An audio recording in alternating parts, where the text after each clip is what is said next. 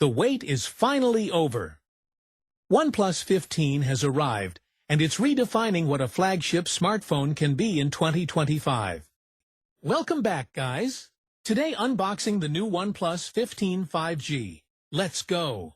First I received the parcel and oh yes, I picked the OnePlus. So unwrap the box. You're greeted with the sleek OnePlus 15, sitting beautifully in its minimal red and white packaging.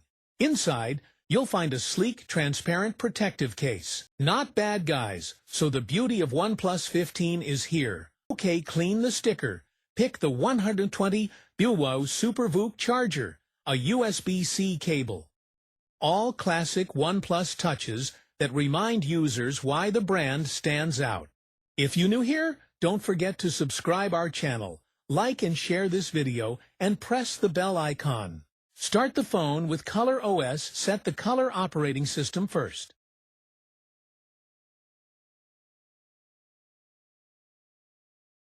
Look, guys, this is unbelievable. Powered by the Snapdragon 8 Gen 4 processor, coupled with up to 16 gigabytes of RAM and 512 gigabytes of internal storage.